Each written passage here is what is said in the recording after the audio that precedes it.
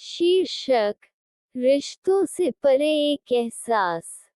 गांव के उस छोटे से घर में एक शादी की तैयारियां जोरों पर थी।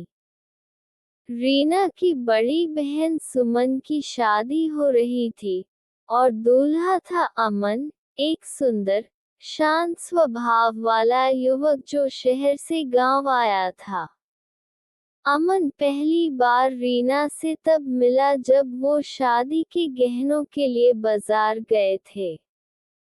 रीना ने गुलाबी सूट पहना था और उसकी मुस्कान में एक अलग ही मासूमियत थी।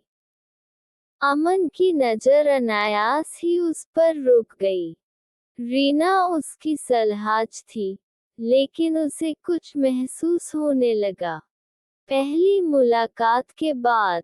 दोस्तों, अगर आपको हमारी कहानी पसंद आ रही हो तो हमारे चैनल को सब्सक्राइब जरूर करना और वीडियो को लाइक करना तो बिल्कुल मत भूलना और कमेंट में जरूर बताना कि आपको कैसी कहानी पसंद है। और दोस्तों, हाँ, ध्यान से एक और बात सुनिए कि यह जो भाग चल रहे हैं इन भागों में अगला भाग सुनने के लिए हमारे चैनल सब्सक्राइब जरूर करना ताकि आपको अगला भाग सुनने में कोई परेशानी ना हो। धन्यवाद आपका दोस्तों। रीना अमन को जी जाजी कहकर चिढ़ाती थी और अमन हल्की सी मुस्कान के साथ सब सह लेता। लेकिन दिल के भीतर कोई और ही कहानी चल रही थी। रीना को भी अमन की बातें भाने लगी थीं। वो उसे सब रिश्तों से हटकर अच्छा लगने लगा था, जैसे वो उसे समझता है, जैसे वो उसकी हर बात सुनने वाला हो। शादी के बाद का रिश्ता। शादी के बाद अमन और सुमन शहर लौट गए, लेकिन रीना के मन में एक खालीपन रह गया। धीरे धीरे व्हाट्सएप पर बातें शुरू हुई। शुरुआत मजाक से हुई, जीजा जी, सुमन दीदी से लड़ लिए क्या, और फिर वो लंबी बातों में बदल गई। अमन ने भी पहली बार अपने दिल की बात कबूल की। रीना, तुम्हें देखकर जो सुकून मिला था वो अब भी नहीं गया। रीना हक्की बक्की रह गई। रिश्तों की मर्यादा के बीच खड़े होकर वो लड़खड़ाए, लेकिन दिल ने कहा, ये सिर्फ नंदोई नहीं, वो इंसान है जिसे मैं चाहती हूँ। छुपा हुआ प्यार। दोनों ने अपने एहसासों को दुनिया से छुपाकर रखा।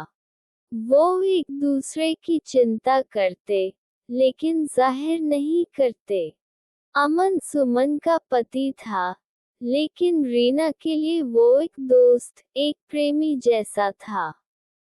एक दिन रीना ने लिखा, कभी ये सोचकर रो देती हूँ कि अगर तुम पहले मिले होते तो शायद मैं तुम्हारी होती। अमन का जवाब था, तुम आज भी मेरी हो, बस ये जमाना हमें साथ नहीं होने देता। कहानी का मोड़। सालों बीत गए। रीना की शादी की बात चलने लगी, लेकिन उसका मन किसी और के लिए तैयार नहीं था। आखिरकार उसने साफ कह दिया, मुझे अभी शादी नहीं करनी। अमन की जिंदगी भी सुमन के साथ चल रही थी, लेकिन वो भावनाओं से खाली था। वो और रीना अब भी बात करते थे, बस चुपचाप, बिना शोर किए, एक दूसरे को महसूस करते हुए। अंत नहीं, एक एहसास। ये कहानी न तो पूरी हुई, न ही खत्म हुई।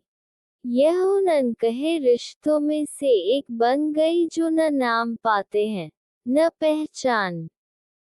सलहाज और नंदोई का प्यार एक ऐसा प्यार था जो रिश्तों से परे था, जहाँ केवल भावनाएं थी, जहाँ केवल एक दूसरे को चाहना था, बिना किसी उम्मीद के।